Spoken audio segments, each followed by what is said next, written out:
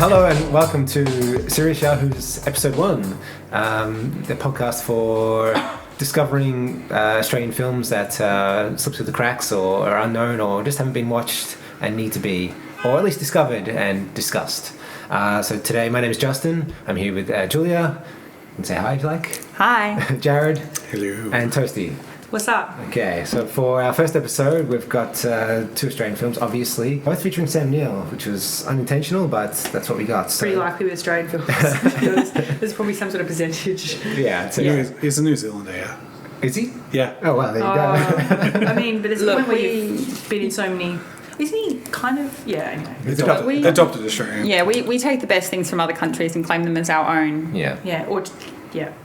So the first one we'll look at is called Sweet Country from 2017, directed by Warwick Thornton, starring Brian Brown, Hamilton Morris and Sam Neill.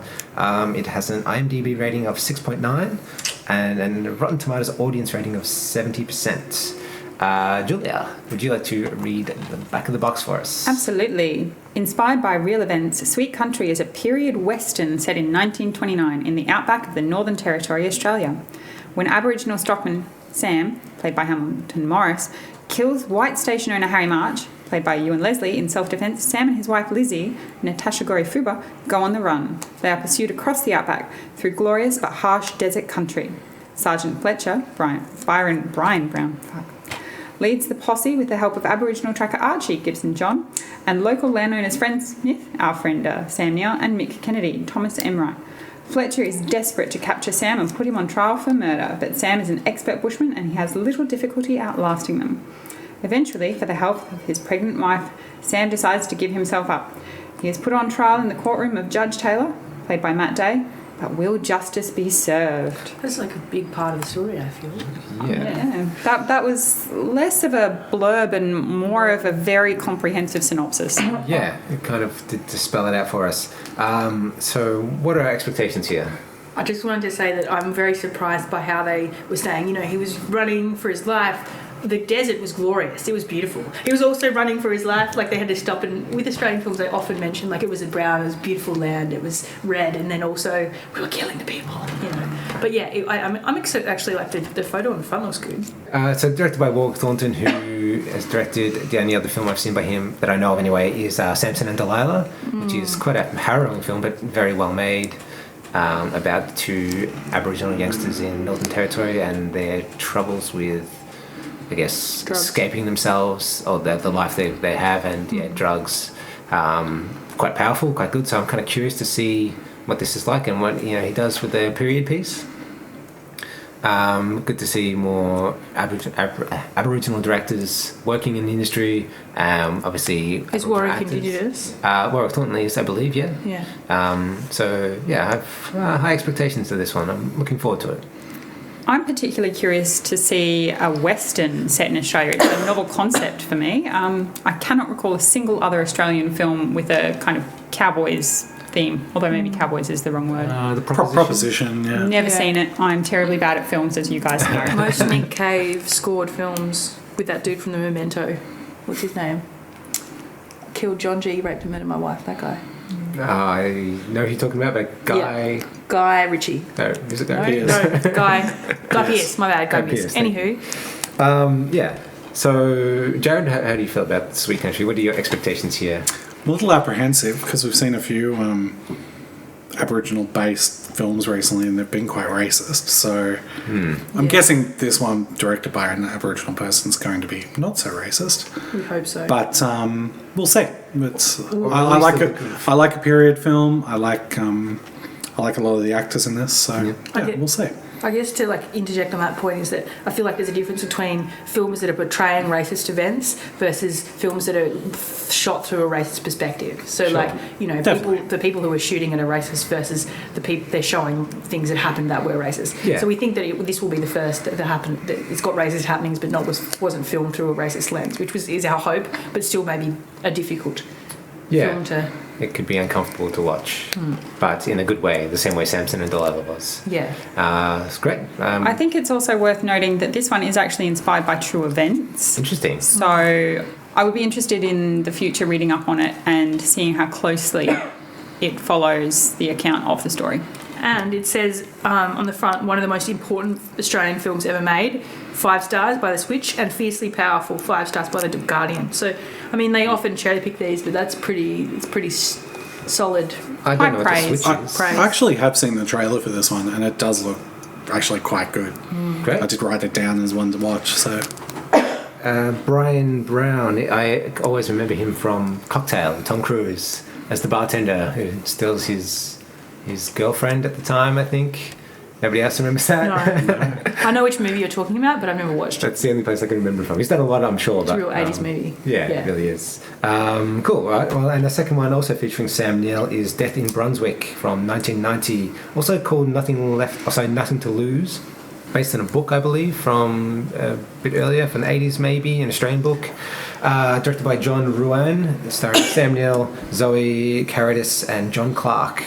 Has an IMDb rating of 6.6 and a Rotten Tomatoes audience rating of 63%. So just above average there. I mean, John Clark is a classic. I've always been a fan of John Clark, so I'm looking forward to that. But I'll get you, Jared, to read the back of the box for us. sure. Death in Brunswick, a riotous rollercoaster of murder and mayhem set in multicultural inner Melbourne.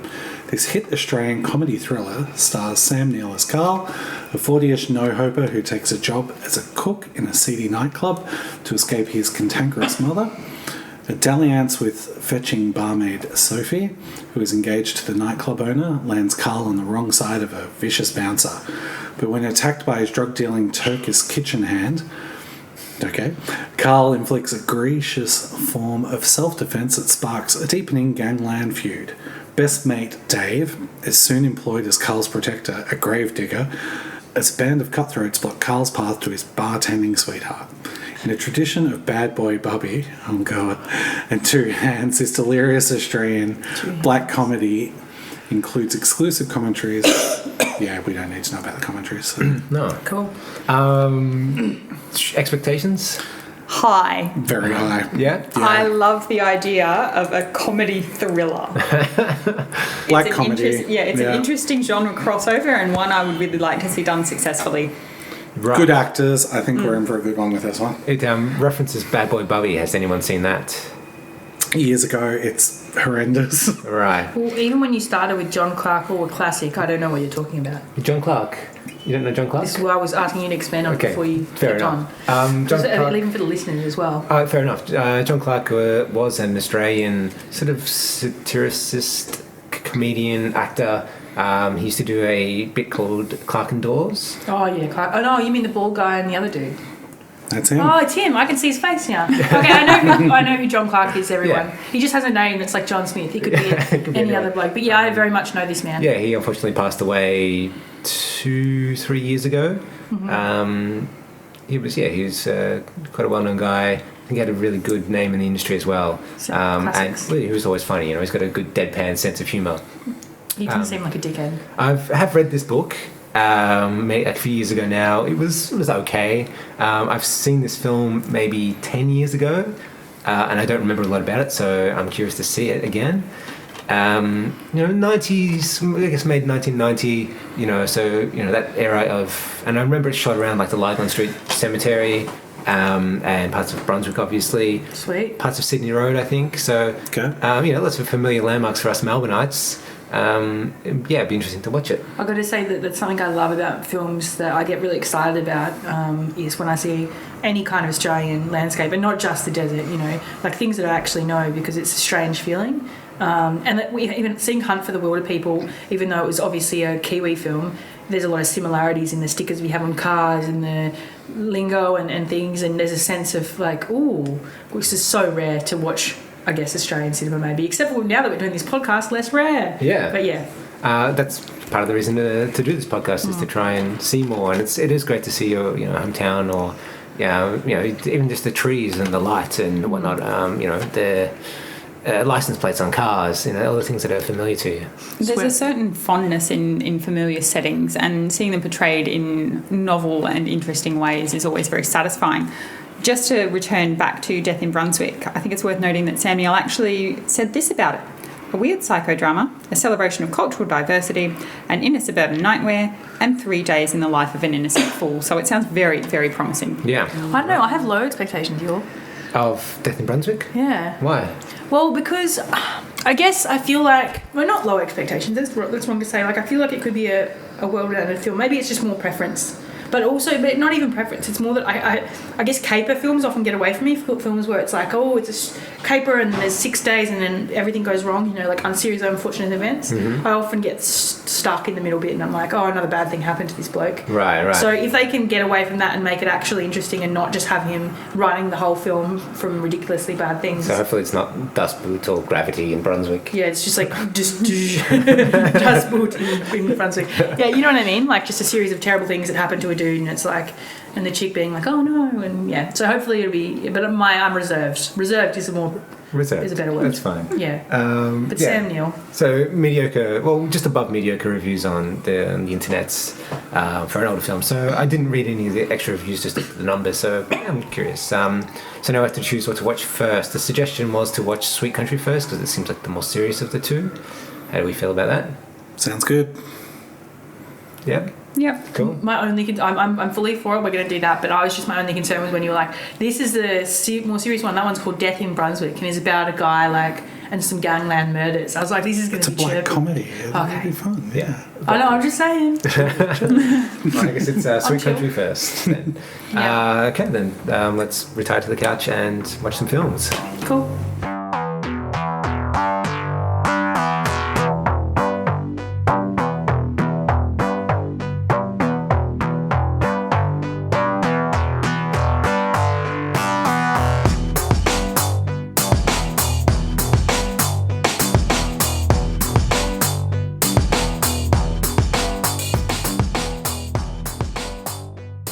So here we are back at the table after watching the two films, Sweet Country and Death in Brunswick. We started with Sweet Country.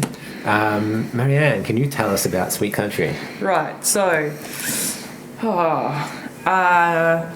there was this dude called Sam, and he had a wife, and there were a bunch of white dudes who were super racist and evil, because it was in sort of what year are we looking at? 30s. 30s, so it's after 30s. World War I, before World War II. Yeah, so like in the 30s. Long story short, one of the guys is, well, there's two white guys who are particularly drunk and mental, but one of them raped Sam's wife.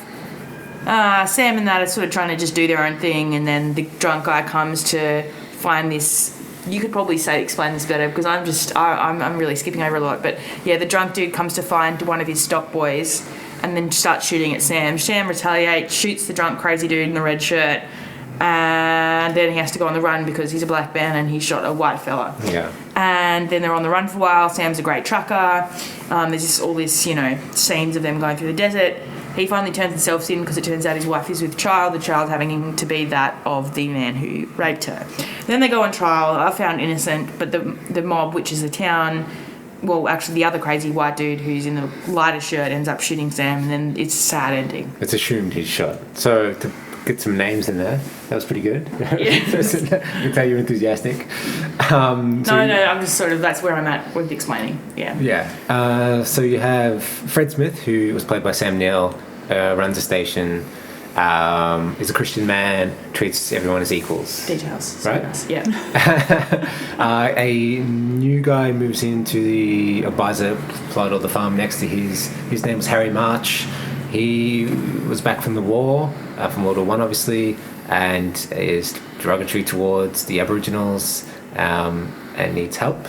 Then there's a third neighbour whose name was Kennedy. Yeah. Right. He was also another angry white man and has a Aboriginal son, I believe, called Philomac. Yeah. And then you have his stockhand, an older Aboriginal man named Archie. Big beard. Yep. Details. Fred Smith's stockhand, Sam, goes and helps Harry March.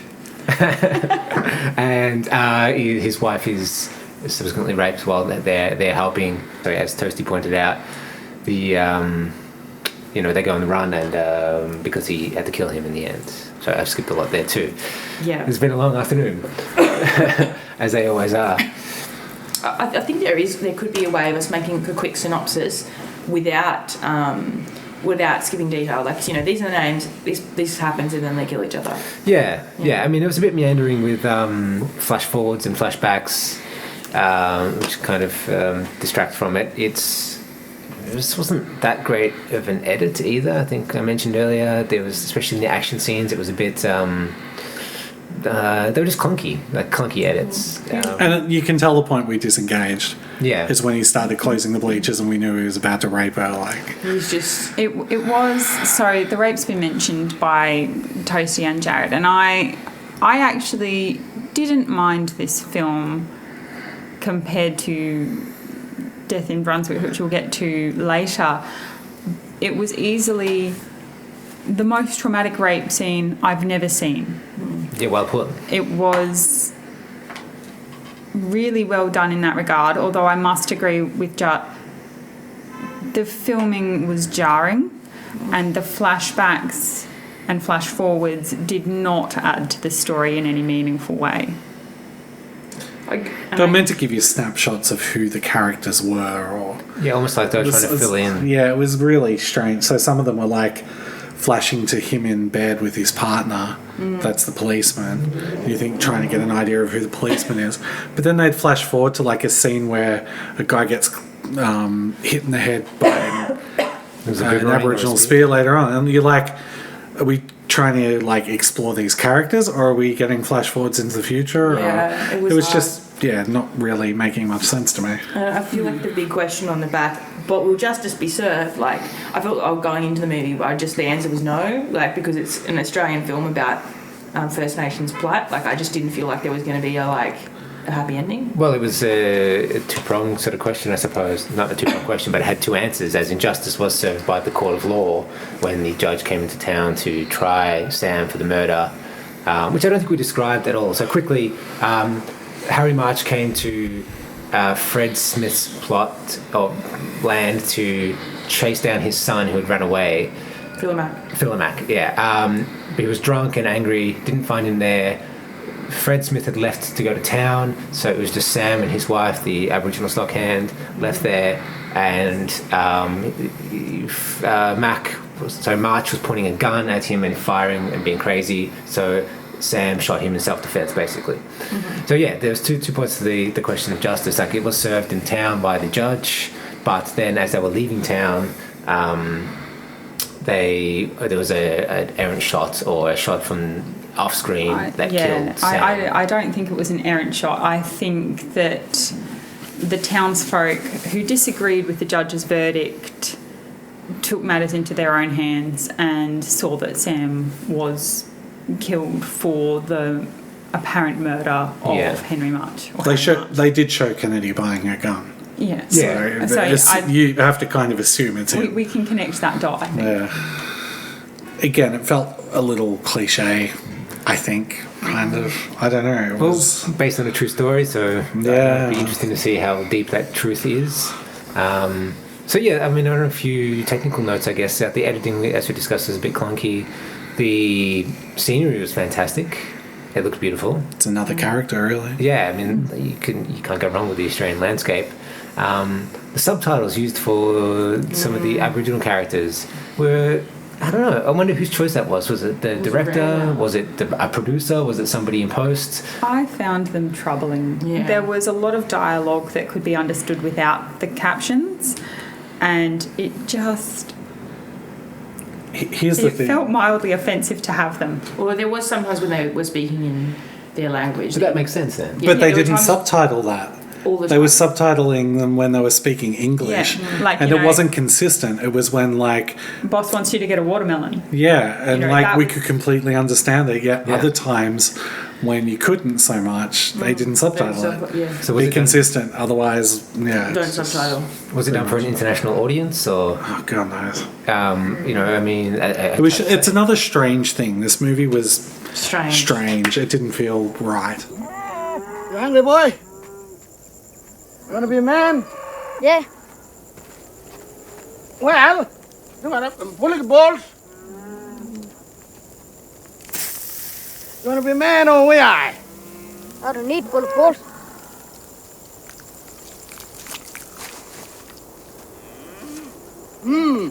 Robert, good. Come on, we I?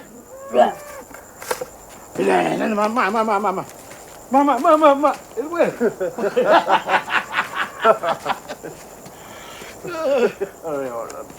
Come on, Murunduri.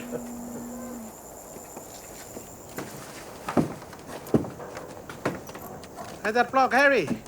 Improper, really mad one. All right? Even tell us to get. Even keep us nothing, no supper. Sun been go down. And we've been walk all night. Oh, sorry, Sam. That bloody dog. That's the last fucking time I'm telling you. Sorry, Lord, for swearing.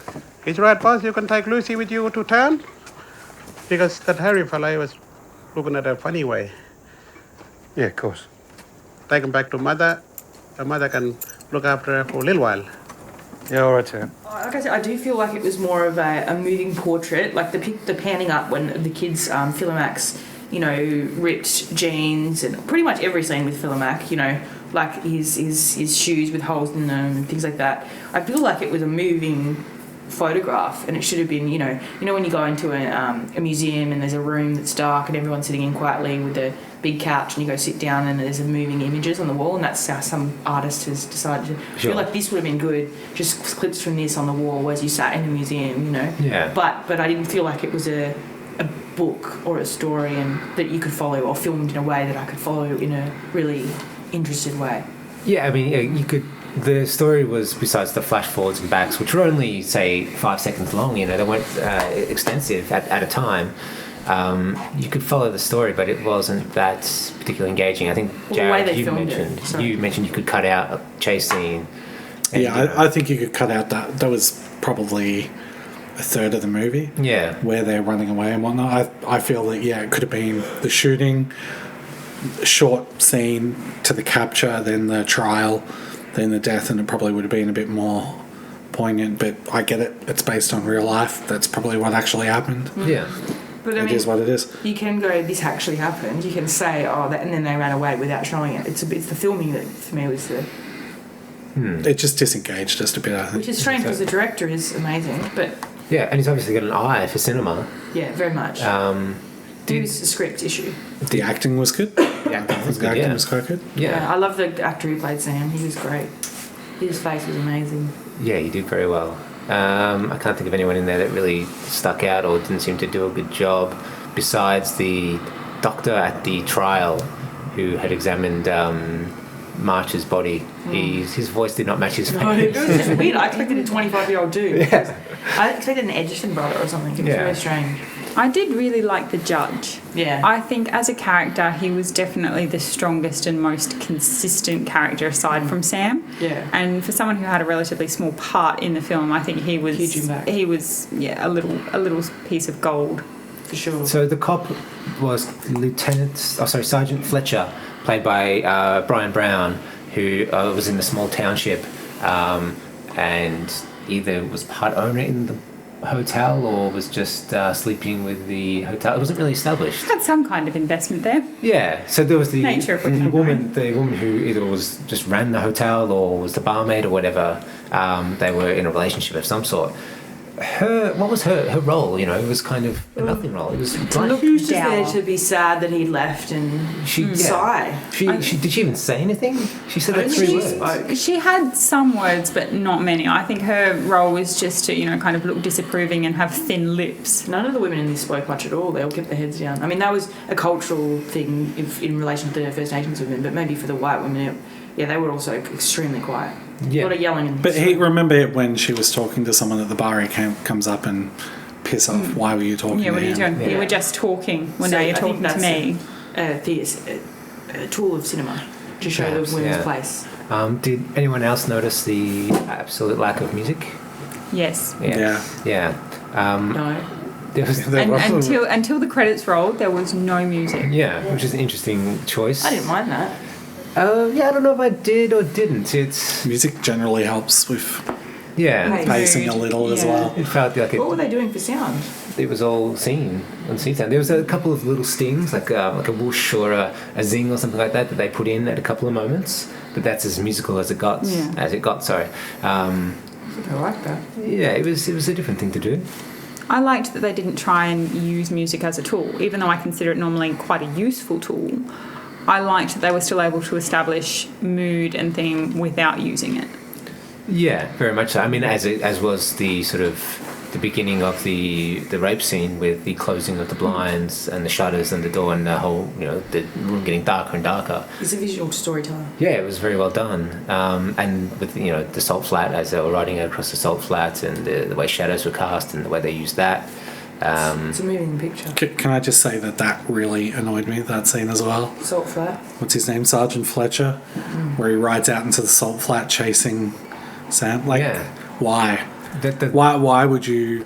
And it was pretty much suicide. It's based on a true story, though. It just felt like stupidity to me and lost credibility of that character. Like perhaps they didn't establish motivation enough. No, He'd been chasing him for a day, it felt like, Yeah. and then suddenly he's just going out into the salt plains ready to kill himself to find this guy. Was that after his deputy or whatever Yes. was killed? It was, yeah, but Who was that? Minty or Monty or Minty or something like that. Very cute it just nickname. didn't feel, the motivation behind it didn't feel right.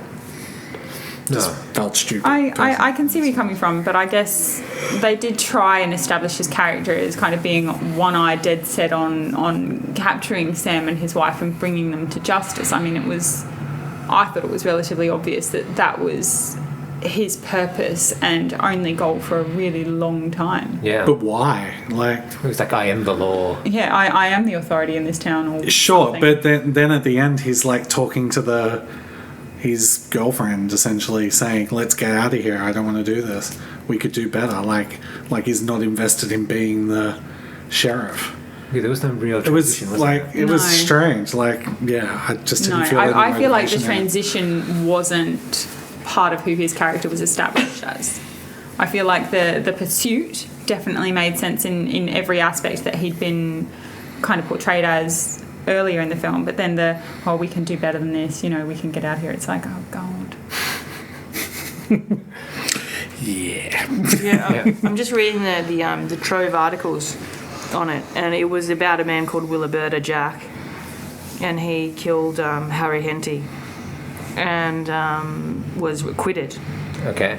So I think he is... my age is 21. I am known as Yellow Jack. I was born at Daily Waters. I don't like Williberta Jack. So he was 21. So they portrayed this guy Sam as like an older man. Very Whereas different. in reality, he was 21. Yeah, so loosely based on a true story. So it'd be interesting to see what what beats the film took from the true story. Yeah, I mean, look, it wasn't a terrible film. It wasn't as good as I had hoped. I was thinking. We'll come back to that.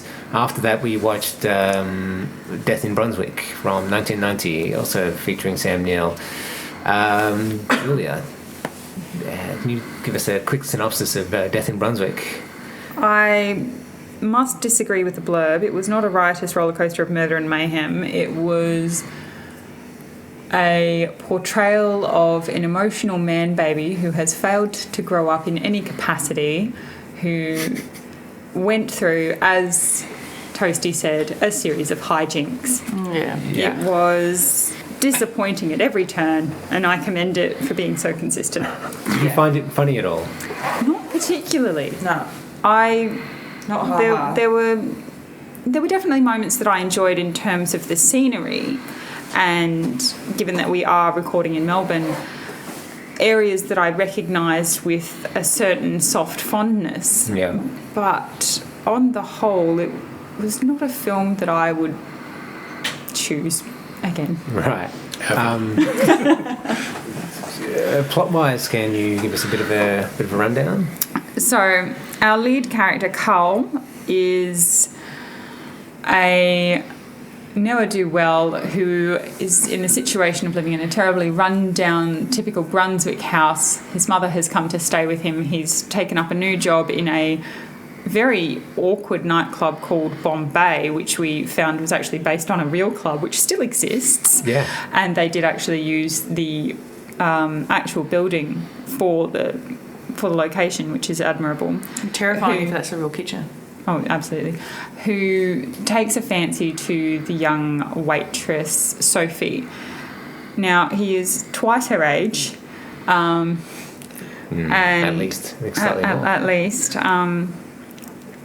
And sets up to involve himself with her through a terrible series of lies, which lying is kind of his signature move.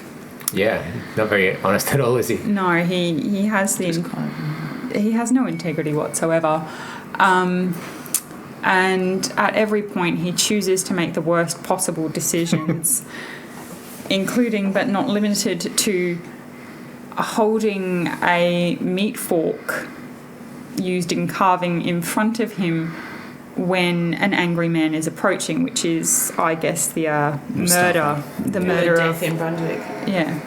Yeah. Yeah, and then it's a series of stupid decisions afterwards. I know he gets caught up, I guess, in things that are beyond his control as well. Yes, but he never actually chooses to disengage appropriately or effectively either. No, he's in love after 24 hours. After one particular romp on a sofa bed. Yeah, which we discussed would The be 19-year-old girl. highly uncomfortable. The height of romance. And lies to her about his age, which throws up a whole bunch of ethical issues. And his marital status. Yeah.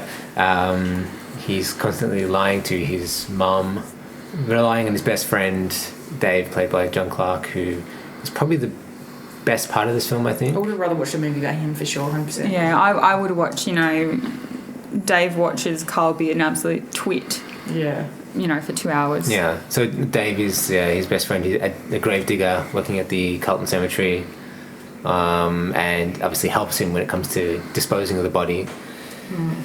It was. I don't know. Would you say it's a product of its time? I mean, does it feel very 1990 to you? It feels very Australian. I bet you, Jared. Does it feel very 1990? I've seen good movies from 1990, so no. No, It just felt very... It did feel like a product of its time in that, like, you look at it and go, hey, that's like Brunswick in the late 80s. It's pretty cool. But did it engage us? Not particularly. No. I'm wondering if the writer or director were a 42-year-old man. Did we joke about a lot of the plot? Yeah, I don't know much of that. I don't know much about John Rowan or Boyd Oxley or Oxdale is the name of the author of the book, and I think they co-wrote the film together. I don't know much about them personally, and I don't know if Boyd has written anything else. It was, yeah. Normally when you have a lead that's clunky and going through those kind of series of unfortunate events, you need them to be a little bit lovable and kind of, you need to go through the plight with them. You don't need to see someone that you don't particularly like that lies all the time, that's a wimp, that...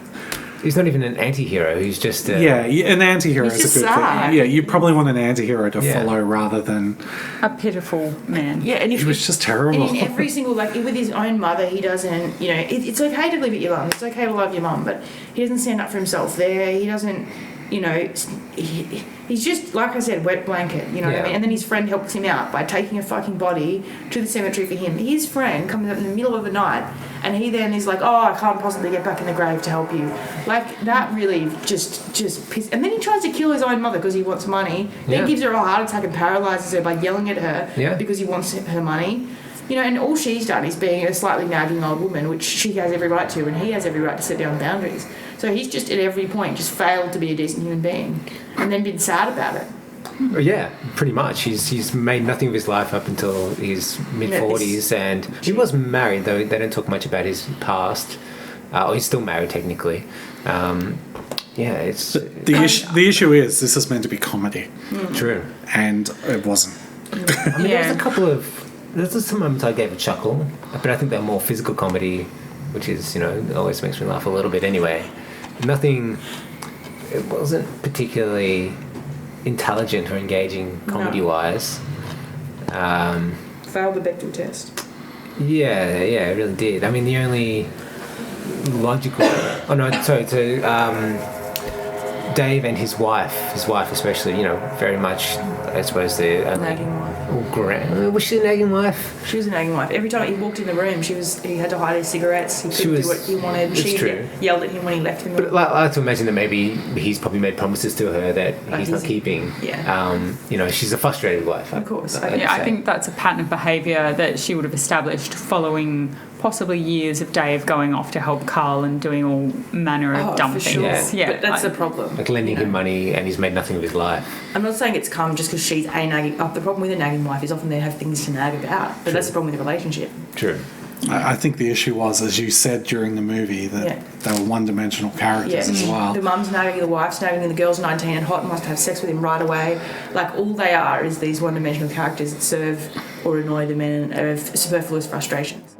Where are we here? You owe me $1,585.32. Dave, I've met this girl, this gorgeous Greek girl, Sophie. And, she looks like one of the 60s film stars, you know? Gina Lollobrigida? That's right, Gina Lollobrigida. Hmm. How old is she? She's beautiful, really beautiful. How old is she? She likes me. How old is she, Carl? She's 19, Dave. And, I think I'm in love. Oh, take it easy, mate. Last time you were in love, you got married. $1,600. So when did you meet her? Yesterday. Oh, it's fairly serious then. Cut it out, Dave. You really are like a chook in a thunderstorm sometimes. I don't know. Anyway. How's the boneyard, Dave? Dug up any good stiffs lately? You know, people used to go for picnics up there. You ought to come up there sometime. You'd probably like it. Oh, shit, that's June. Yeah, not a word, you boys, okay?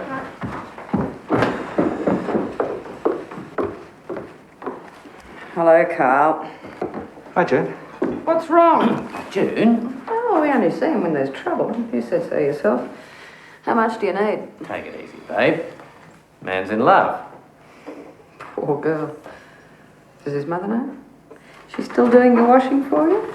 I can't stop her. She likes doing it. You're hopeless, Carl. Hopeless. When are you going to grow up? And you're just as bad. Don't think I don't know. You encourage him. And Dave, you could at least use a proper ashtray. Put the negative ionizer on. The house smells bad enough as it is without you adding to it. It's rising damp. Bit of a feature of these old places. God, we ought to rent your mother out to the fire brigade, boys. She can smell smoke at 40 paces.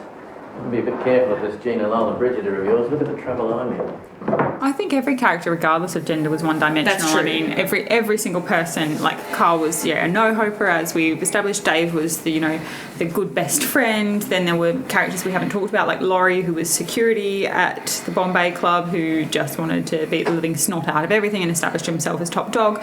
every single character had a single point, and that was their entire existence. I'm going to disagree though, because, like, for example, even Mustafa, you see him, you know, dealing drugs, you see him with cassette tapes, you see his wife and kids, you see him do other things other than be on the screen for a specific purpose, you know. The same with our boy, what's his best friend's name? Dave. Yeah, you know that he, like, hides his cigarette smoking, that he likes to play darts, that he's a good mate, you know, all these things. All you know about the wife is that she's kind of angry sometimes in bed. She doesn't like it when he smokes, you know.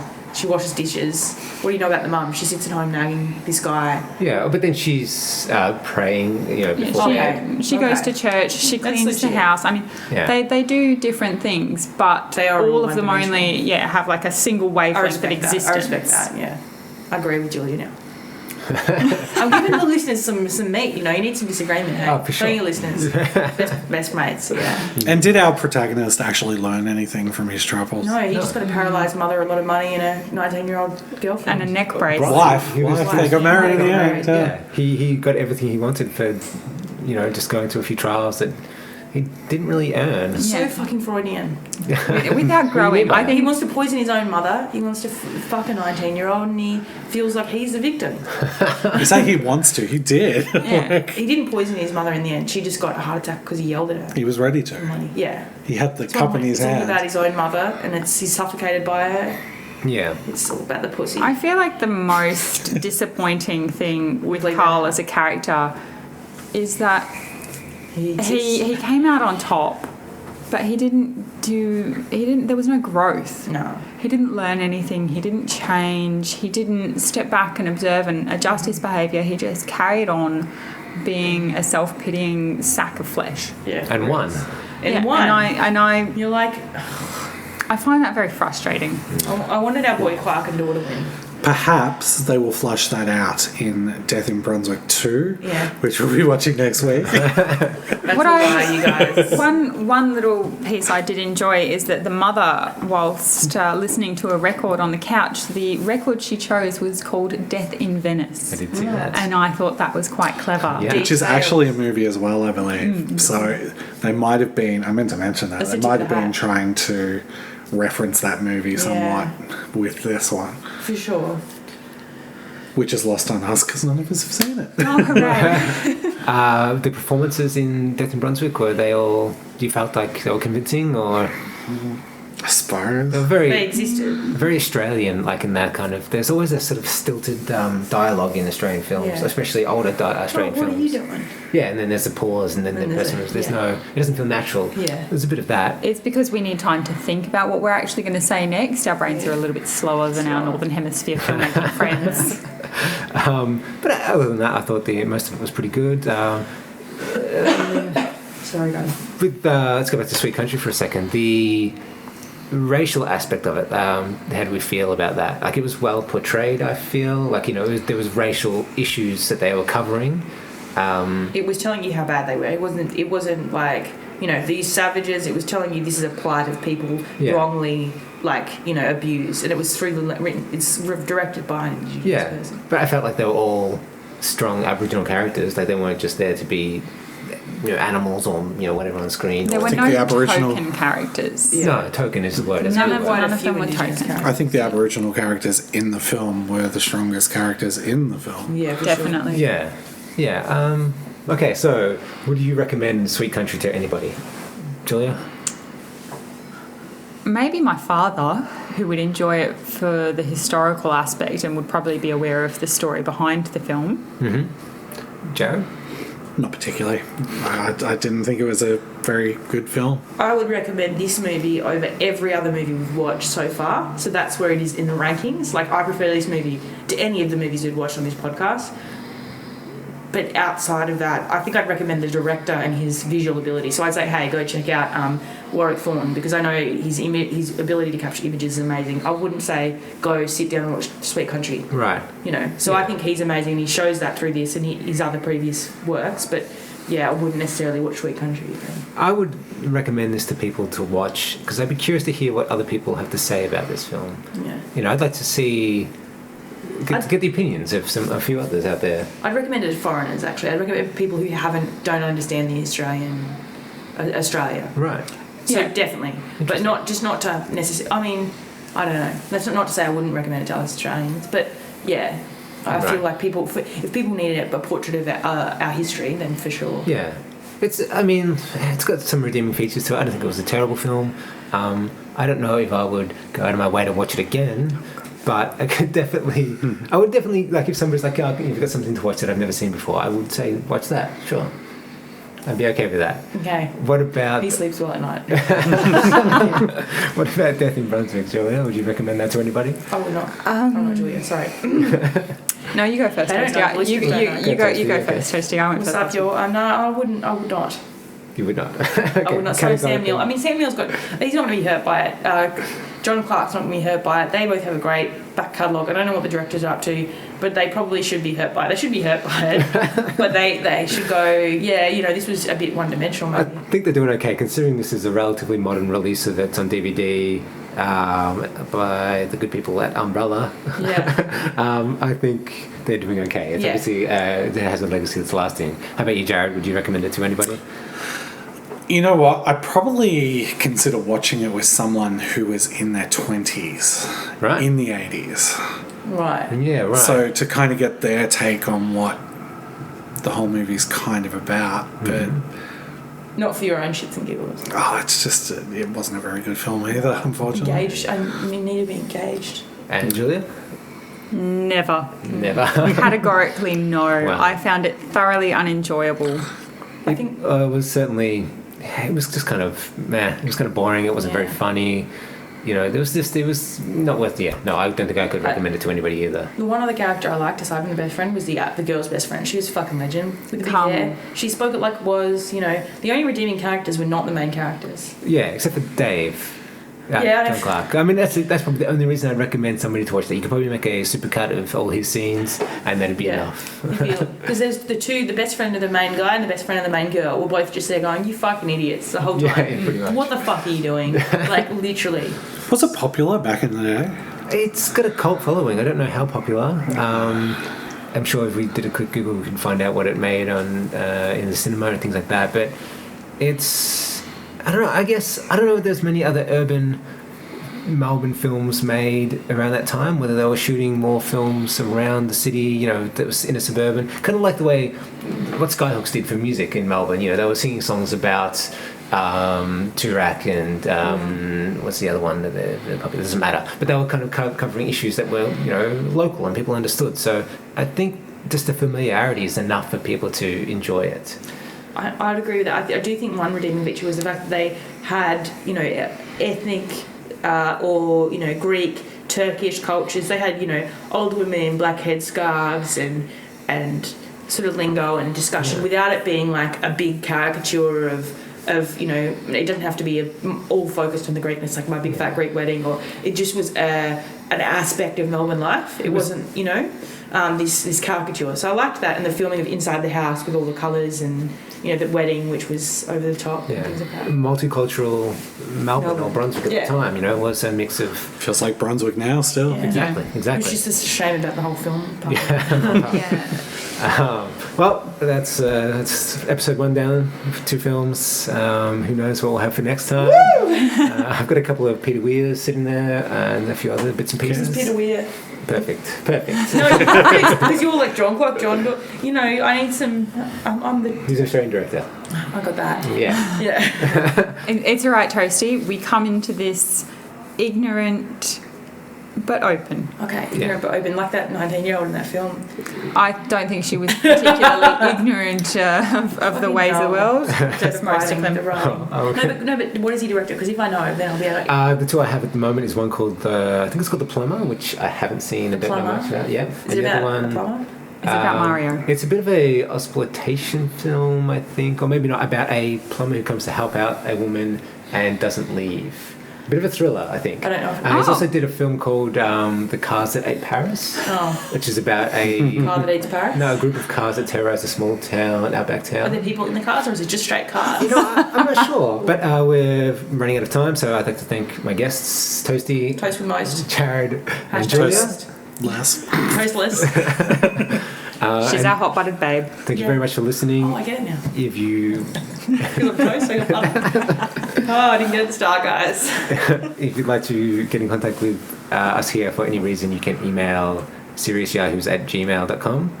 And thank you all for listening. We'll catch you next time. Peace. Bye. Ciao.